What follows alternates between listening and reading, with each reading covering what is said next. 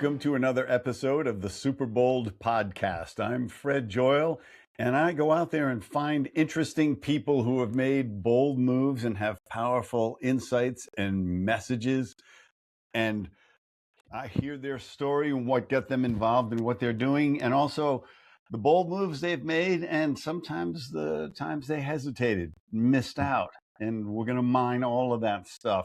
And my guest today is Dr. Kelly Flanagan, who we're going to talk about disconnection and how rampant that is becoming and what you can do about it. And Kelly and I are going to be echoing a lot of the same thoughts, and but you're going to get a tremendous amount of value, I think, personally from this. So stay tuned, hang in for all of it, because there's going to be some gems here from Kelly. Kelly, welcome to the show. Brad, thanks for having me. It's good to be here. So your book just came out. And it did. And I love it. It's a USA Today bestseller. Congratulations on that. Thank you. The title, everyone, is The Road Less Triggered. And I want you to give the subtitle to that, and I want you to expound on what that means. Yes. So the subtitle is Turning Conflict into Connection with a Single Choice. So there's some promise in that subtitle and also a little bit of a tease, right? And the choice is really the decision to show up open-heartedly and authentically to the toughest situations in our lives, really the ones where we're being triggered. And by triggered, I mean we're being we're having a reaction in which we are shifting from connection mode into protection mode. We are shifting from open-hearted authenticity to closed-hearted reactivity. And open-heartedness is the practice that allows us to stay present and authentic even when things get tense and things get tight. And I learned that myself the hard way by being very, very closed-hearted for a very long time. It sort of culminated for me in the COVID year of 2020. That year was a tough year for me. My heart was closing left and right. I blew up my business partnership with my best friend and the best friendship in the process. COVID hit. The kids were schooling from home, becoming zombies, as I called them. And just I was getting triggered left and right. And then one afternoon, my wife had sort of leveraged the COVID shutdown to finally convince me to put in an above ground pool. Like all the public pools are closing, so now we got to do it. And so we had it installed. And on a Sunday morning, she went out and she put a garden hose, hung it over the side of the pool, and she put a rock on it to anchor it there. And she turned it on. But the rock wasn't heavy enough. Mm-hmm. We did not go back out for hours. And I went out Sunday afternoon. The pool was bone dry. The backyard was like a muddy lake. And I got triggered. And I thought, if I'm not going to set my marriage back a month this time, I'm going to have to blow off steam some other way. So I was, I got to go for a bike ride today. Not the wisest thing to do, to cycle 35 miles per hour on asphalt when you're angry and not paying close attention. And I went over the handlebars of my bike. I broke my collarbone in 2 places.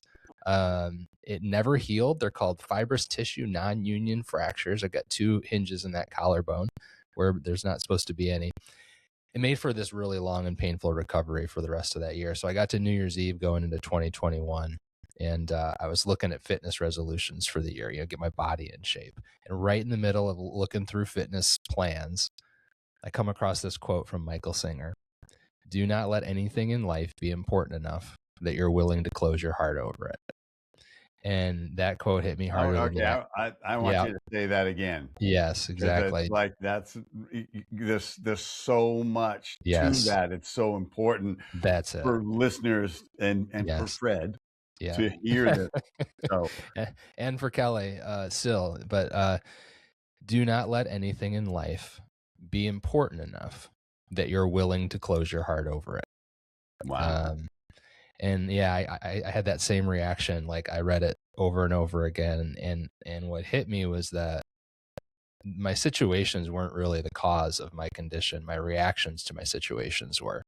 I was getting triggered. I was closing my heart over and over again, and entering into this really unwise state of resistance against what was going on, rather than showing up with all of my best tools and gifts and engaging them. So I made a New Year's resolution going into 2021. At that time, that's all it was. I figured it probably wouldn't last longer than 3 weeks, right? And the New Year's resolution was, moment to moment, I will notice my heart closing and try to open it back up. And I was smart enough from the beginning to put the word try in there, because easier said than done. But what the first Yoda few would weeks, not be going for that. Yoda would yeah, have I a know, problem with right? it. Yeah. That's right. Either do or do not. There is no Yeah. try. Well, I mostly did not in the early weeks of 2021. I struggled to keep my heart open. I started to dig into literature in the sciences and in the spiritual traditions around this moment where our heart closes. And everyone said essentially the same thing that Singer said, which is it's important to keep your heart open, but no one really told you how to do it. And so I thought, Yeah. well, if I'm going to have a way to do it, I'm going to have to create it myself. So that's what I've spent the last 5 years doing. It's really become my core sort of spiritual practice, my core relational discipline. And out of that discipline, I've basically developed a process that is meant to help people in these pivotal key moments in their relationships that make or break their relationships, learn how to stay open-hearted and engaged and connected. Awesome. So we all get triggered by different things, and you put out so many different things that I want to go at all of them. So one by one, I'm going to get to them. But actually, before I talk about triggering itself, I want to talk about this protection. Yes. What drives that? Where does that come from? We're born into a state of defenselessness, essentially, and that all goes well for most of us for a while until we start to encounter things that hurt, and then at some point we develop the cognitive capacity to protect ourselves from that pain. And usually that starts around age 5 or 6. We start to learn that we can try to manage the pain, avoid it, run from it, fix it. And I often say that childhood is the time in life where you acquire pain, and adulthood is the time in life where you protect yourself from pain. And so for a lot of us, adulthood started at like 6 or 7 years old in a lot of ways. Yeah.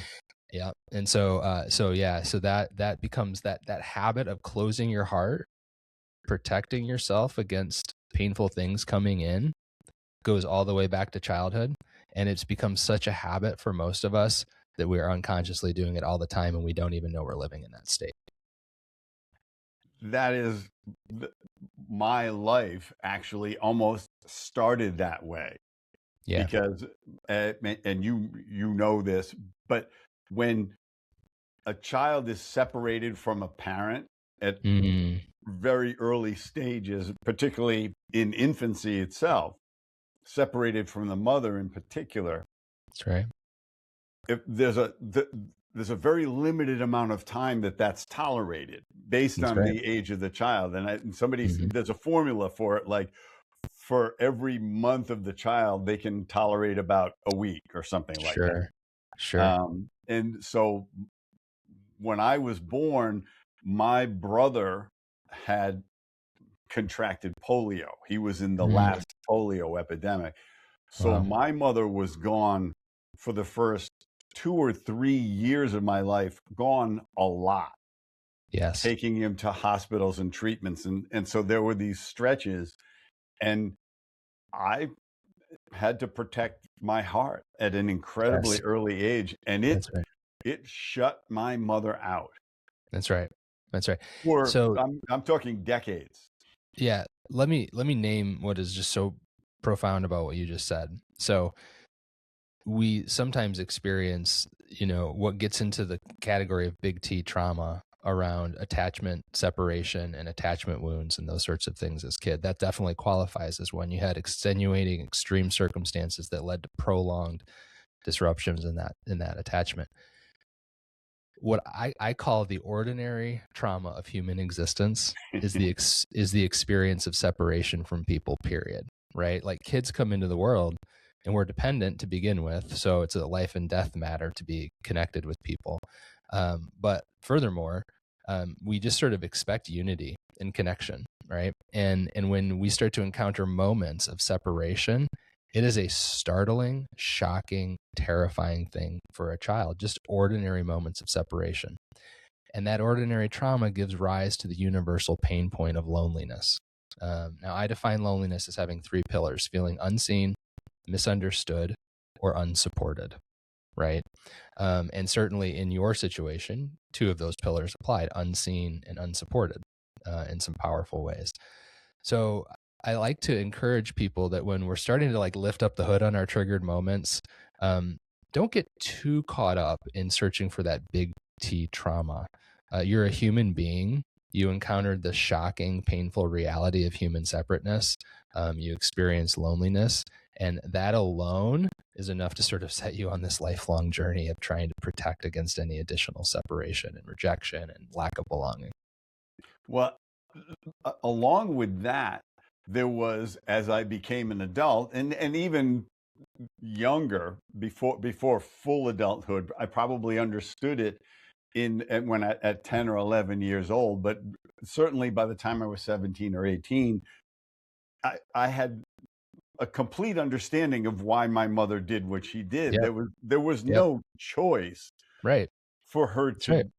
she but she had to do what she had to do. So I rationally, I didn't even understand the trauma, because it's Well, like, of course she did that. exactly. And there's we sort of in the spiritual traditions, they call it a spiritual bypass, where we sort of we understand the reason people did what they did when we were young, and rightly so. And in most cases, they were doing the absolute best that they could. And we think that by understanding it and quote unquote sort of forgiving or um, releasing that somehow we'll achieve some healing. But the reality is our nervous systems can't tell time. They can't tell time. And so your head, all at once, your higher mind can go, okay, all right, well, that was in the past and that wasn't their fault and they were doing the best they could. But when you encounter another situation that either resembles that or could resemble that, your nervous system is going to treat it like you're 3 or 4 or 5, 6 years old again. And it's going to start to protect against a repeat of that pain. And now you're sort of in your pattern of being triggered and closed-hearted.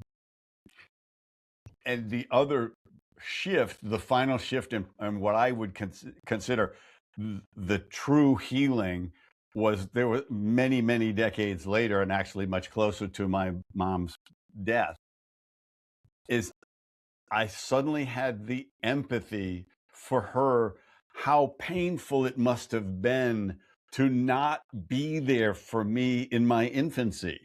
That's right. Yeah, That must have absolutely. been agonizing, because she was a pure mother. When everybody Yeah, says like, what was she? She was a mother first, and everything else wasn't even secondary. It was tertiary or absolutely. below. That was Yep. who she was. Yep. It must have been unbearable at times That's right. to That's have right. to make that choice, which she never would have wanted to do, and then suffer my disconnection, which was Absolutely. profound, from her. Absolutely. No question. No question. And one of the questions we just ask is, do we arrive at our compassion for other people's pain through a shortcut path, through our minds, or do we arrive at that compassion through the sort of more reliable path of becoming familiar with our own pain points? And what we discover is that as we learn to have self-compassion, and compassion means to suffer with, right? To be in our own painful experience, we actually develop the muscles to have compassion for other people, to sort of be with them in their painful experience. So it makes sense to me that as you've sort of allowed yourself to acknowledge and accept and experience your own attachment pain, that then that sort of self-compassion would overflow into compassion for her. You've gone on the journey, and I admire you for that. So that's me. but Yeah. but but I think the point of your book is societally we are in an epidemic of disconnection. That's right. Would you say that's accurate? There is no question we're in an epidemic of disconnection. I think that epidemic has been getting worse sort of over the course of human history. But I think it's been accelerated by alternatives to genuine connection that give you the momentary dopamine hit of belonging, but don't actually meet that need to erase the separation and be in union together. And so like you get the signal to the brain that we're together when I get a heart on Instagram, right? Or all the things. And then you put your phone down and you're like, huh, I've got a belonging hangover here because that didn't do it. And so yes, the illusion of connection is actually making us more and more disconnected. Yeah, that really is. I say this to people all the time, especially young people, and I also say it to myself, is that social media is the opposite of social. It is totally antisocial in that sense that it is impairing That's right. your social capabilities in the extreme. That's right. Because there's no way I can be as interesting as Instagram or TikTok. It's True. not possible. I Yeah. can't come up with stuff that fast. That's right. But I can make you feel good about yourself, valued, Yes. loved, Yes. cared for, understood, attended to, supported. I can do that in a genuine way. That's right. And I say this with my clients all the time. You grow strong through reps, right? Just like lifting weights. And we grow strong socially through reps. And I think one of the most important sort of exercises to do socially is to be in a room with somebody and to feel the tension creep into the interaction. Like my wife and I, we went out for our monthly special date night last Friday, and we got to the place and it was closed until further notice, and I was already hangry and I got a little grumpy, and I could just feel her start to close down on me, right? And I started to get triggered because what happened in me was, oh no, like, I'm going to get blamed for ruining our monthly date night. This is going to become part of the narrative, right? And so I've got to try to convince her to open back up. We have to go through those moments of tension to learn how to navigate them and stay open. And you don't have any of those moments of tension online. It's all, and if you do start to have it, you can just immediately, slide up. Well, you can pick up in that moment with a person. You'll see it happen is they'll reach for their phone.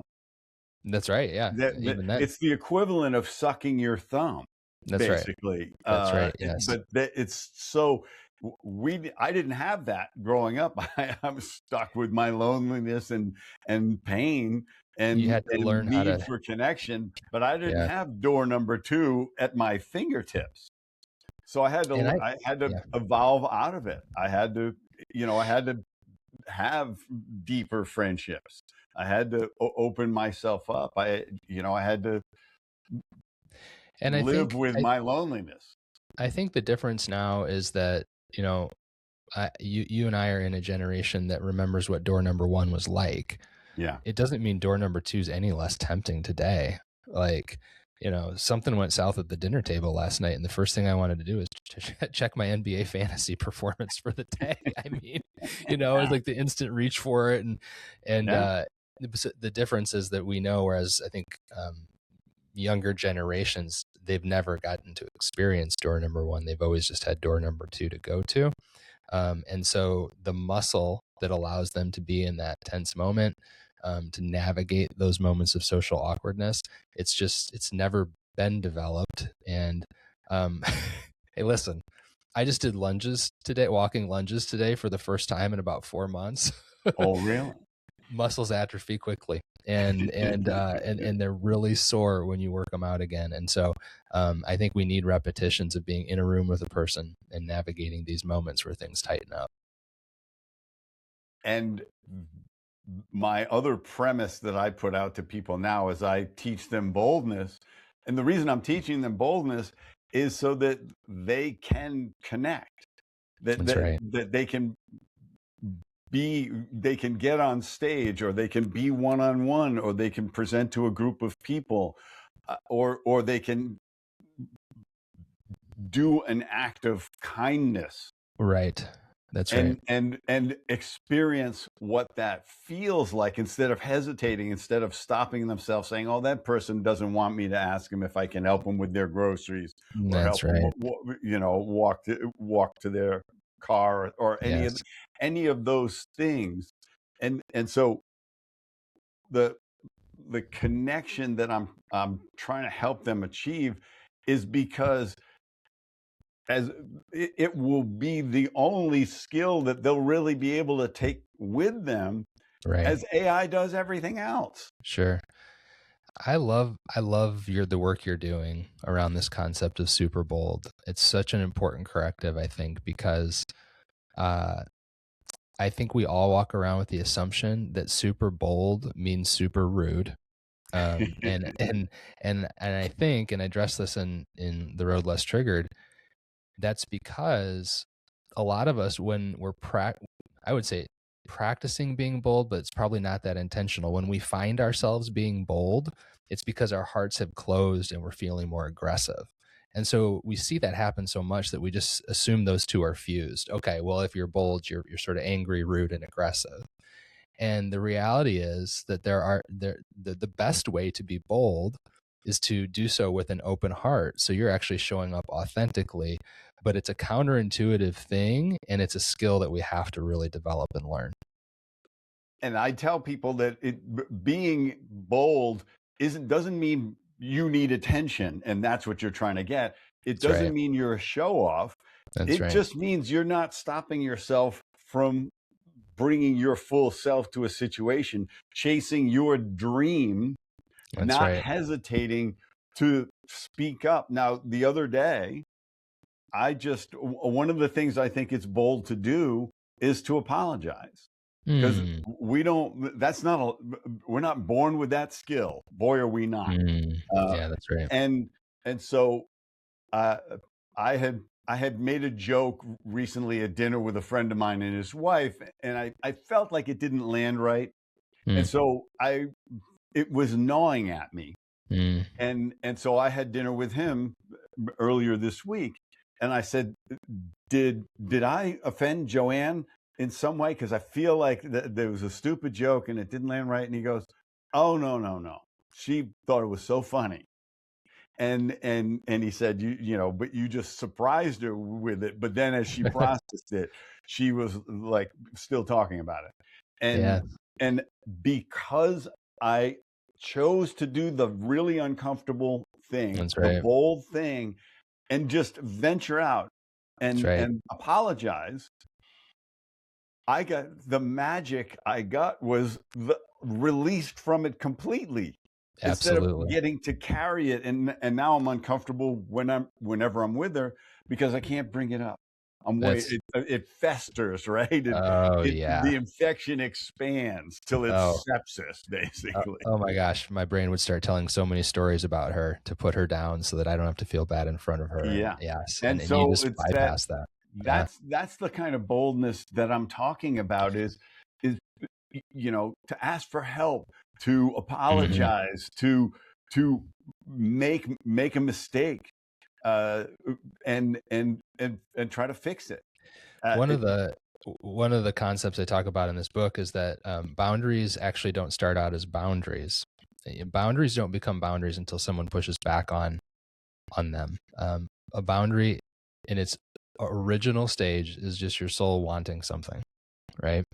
And so to me, like one of the ways to be super bold is to ask for what you want. Uh, I had a really good friend, oncology social worker, years ago. I asked him, what's the most important thing you teach your patients? And he says, I teach them that people want to help you, but they don't know how to help you until you ask for what you want. And I was actually traveling with him to an American Psychological Association conference in Hawaii with our wives. And we got to the airport. This was way before mobile tickets, and everything. Prints out his boarding pass, and they've changed their seats, put them in separate parts of the plane for a 9-hour flight. And he says, I said, what do you do? What are you going to do? And he said, oh, I'm going to ask them. I'm just going to tell them I want to sit with my wife. People want to help, Kelly. They just don't know how until you tell them. He just said it. He goes up to the ticketing counter or at the gate. They get upgraded for free to first class for the trip to Oahu, so that they can sit next to each other. So I think one of the most important ways we can be super bold is to actually tune into what we want and then ask people for what we want with an open heart. And what you notice is that when you don't show up to that ask with a closed heart, with that aggression of like the expectation, I'm going to have a boundary, so I'm going to have a battle. You just show up open-heartedly with your want. People oftentimes want to support you in getting what you want. Yeah. And, there's so many situations where the other way to approach that is you're going to say to the person that's next to your wife, would you mind switching seats with me? Absolutely. And I don't have a fair swap. I got a middle seat. Yeah, But that's right. if there's any way I could persuade you to do it, I would be really appreciative. I'll buy you all the cocktails you want for your flight, whatever. And if you don't want to do it, I totally understand. If you need the aisle seat, keep the aisle seat. But where the listeners people stop themselves from asking. Yes. And giving that person the chance to be kind, to be generous, or not. Exactly. And I think we stop because I know where the listeners' minds go with that, because they're like, yeah, but what if they say no? Like, I don't want to go through the rejection. Someone asked me just last week, they said, so how do you land number 23 on the bestseller list? And I said, on the USA Today bestseller list, I said, you endure a tremendous amount of rejection. Because you get there by asking lots of people to buy the book. I said, I've been rejected more in the last 3 months than I've been rejected in my entire life combined, because I asked people to do something that I wanted them to do, to buy the book. So we open-heartedly ask for what we want, and then we get to practice choosing open-heartedness when they say no, and we feel a little bit of the rejection of that. But the answer I have on top of that is they say, well, what if they say no? Then you are where you were when you didn't ask them. That's and in other words, if you never asked them, you'd be in that middle seat, not sitting next to your wife.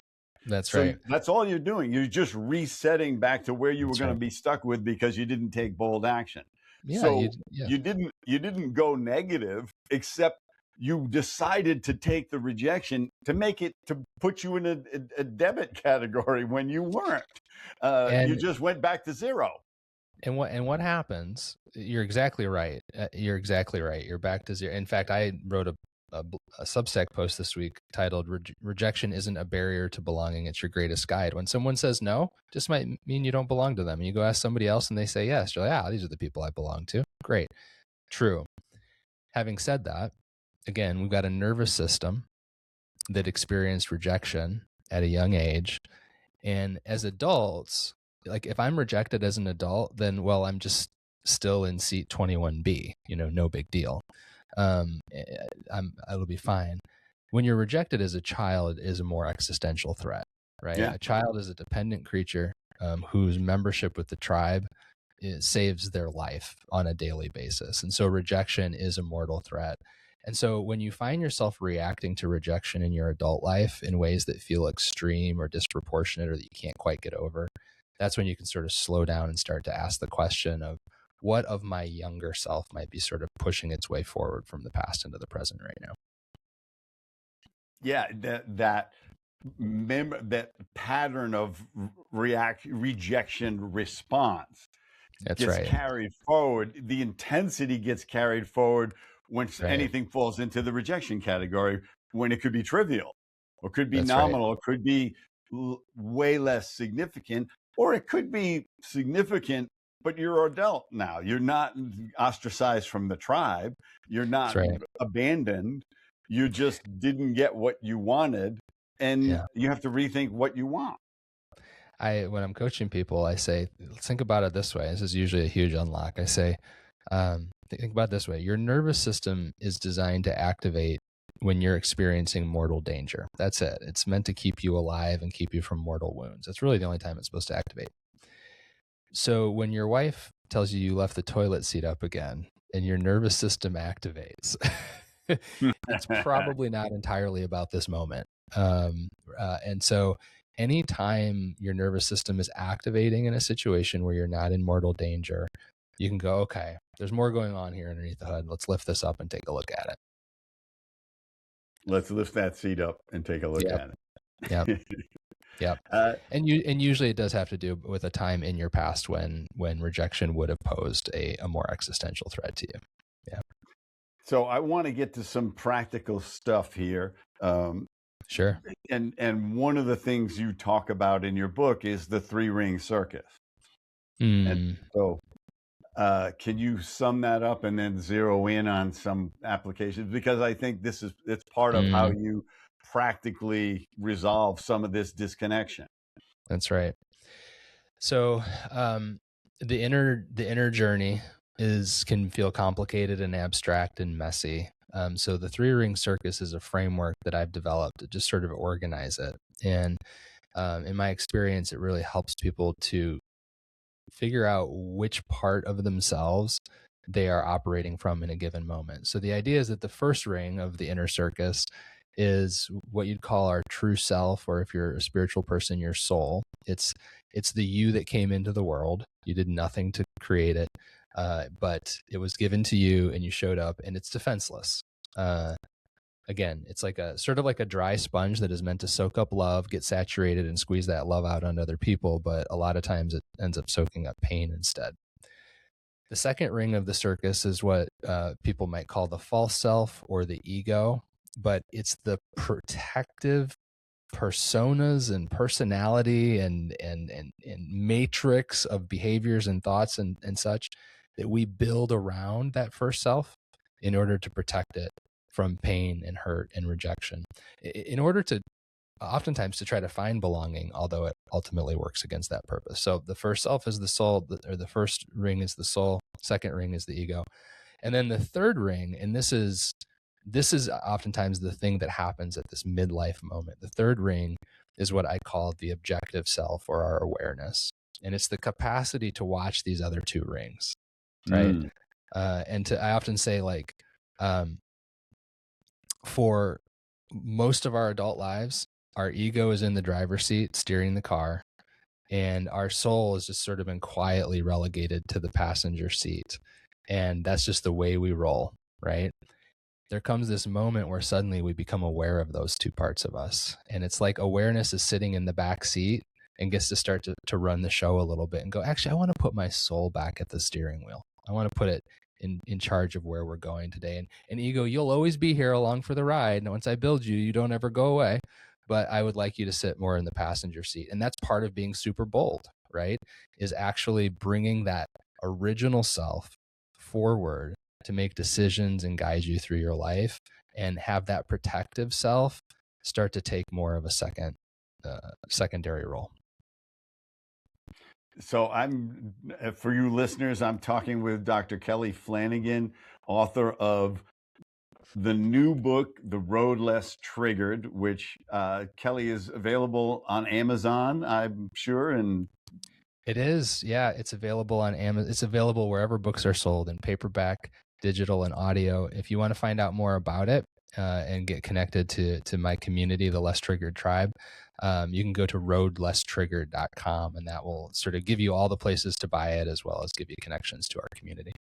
And your website is Dr. Kelly Flanagan, like that's Dr. correct. Yeah, Kelly, Flanagan.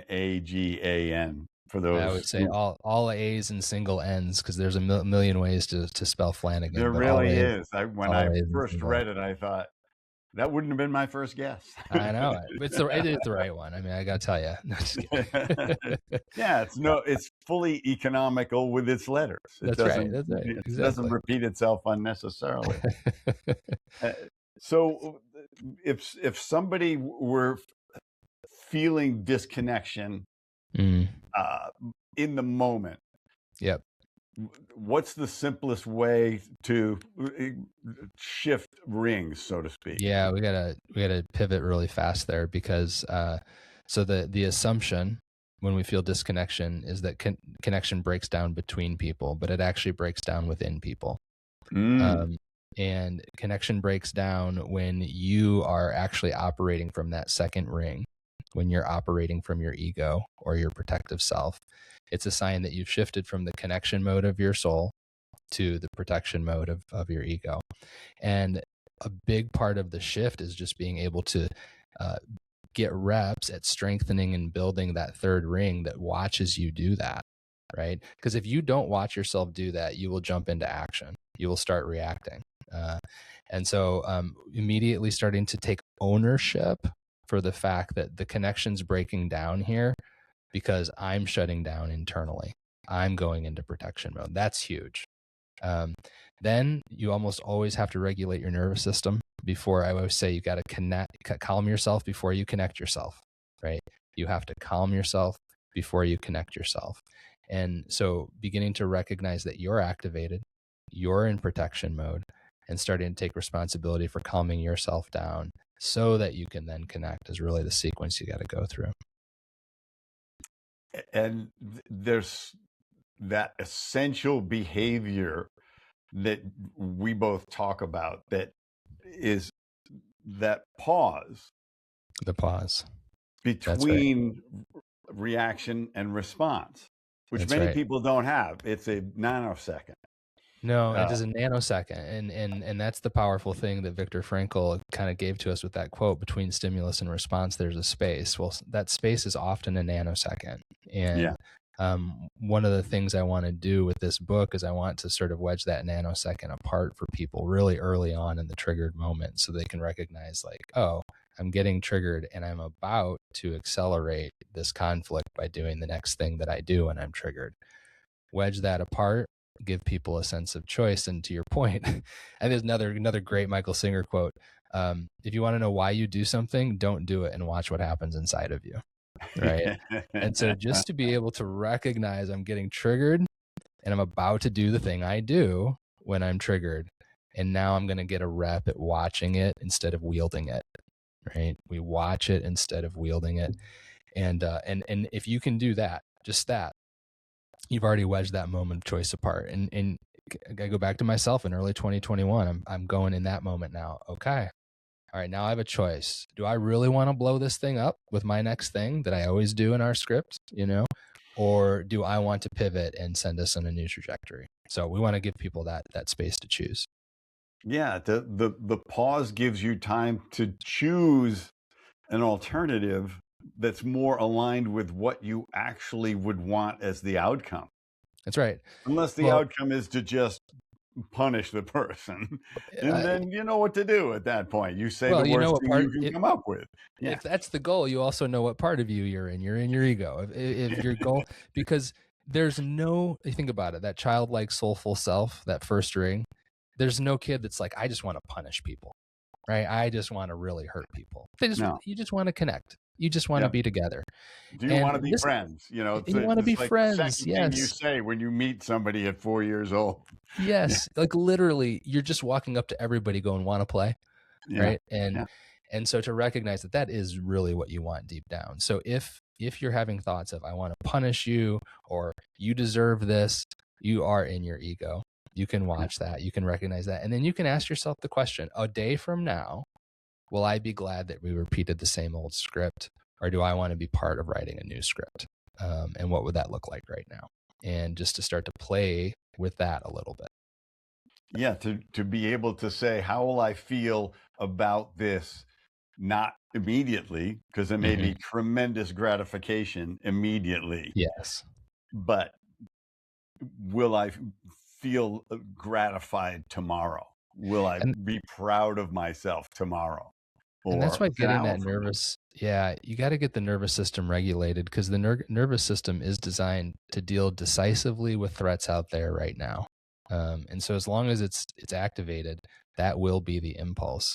What happens then is a day later, after, the dust settles, your higher mind comes back online, your prefrontal cortex, and you go, why do I keep doing the same things? Why do we keep having the same fights?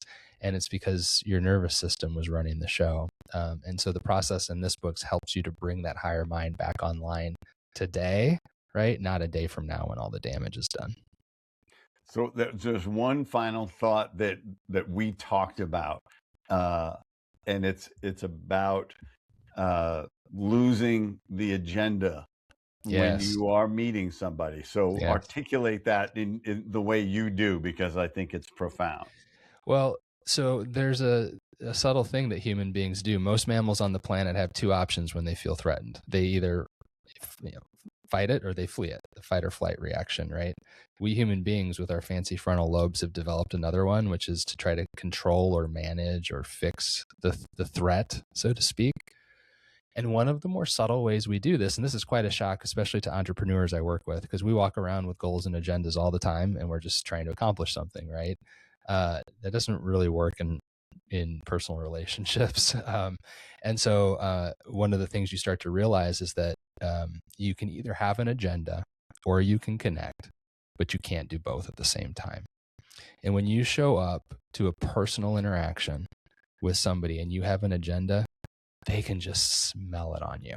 They can sense it, and it doesn't feel safe. They know you want something and you're sort of angling for something, but you're not saying what it is, and that will actually trigger their heart to close because they won't feel safe. So one of the first things they have to go in protection mode because Yeah. you've made it unsafe. It's like there's a predator prowling around out in the dark. I don't really know what you want here, but you want something you're not telling me. And so I say either clear your agenda or confess your agenda. Like if you can let go of the agenda and truly just connect without wanting anything from the interaction, you're golden.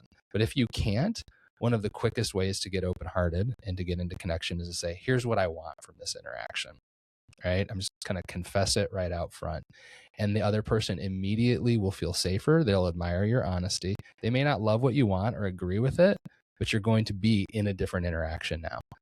And that's a step forward.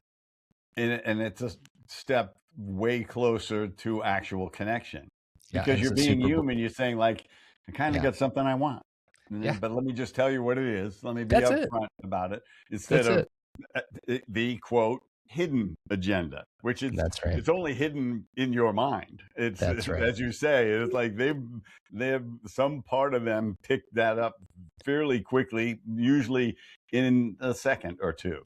And if you're parenting teenagers, that's their superpower, by the way, is knowing if you have an agenda, and they just shut down immediately when they can sense your agenda. So give it up, let it go, clear it, confess it, and get in connection with your kids too.